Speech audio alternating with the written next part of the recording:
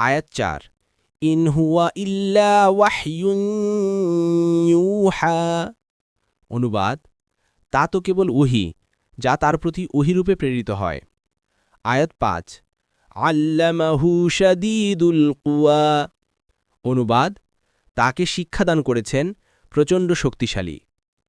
১ নং ফুটনোটের বিবরণ অর্থাৎ তাকে শিক্ষাদানকারী কোনো মানুষ নয় যা তোমরা মনে করে থাকো। মানবসত্তার ঊর্ধ্বে একটি মাধ্যম থেকে তিনি এ জ্ঞান লাভ করছেন। তাফসীরকারকদের ব্যাপক সংখ্যাগরিষ্ঠের অংশই এ ব্যাপারে একমত যে মহাশক্তির অধিকারী এর অর্থ জিব্রাইল আলাইহিস সালাম। ফাথহুল কাদির।